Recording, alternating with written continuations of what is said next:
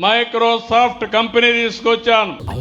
అందులో పనిచేసే నాదెళ్ల సత్య మైక్రోసాఫ్ట్ సీఈఓగా ఎంపికయ్యాడంటే అది మనం చూపించిన చొరవని మీ అందరికి విజ్ఞప్తి చేస్తున్నా.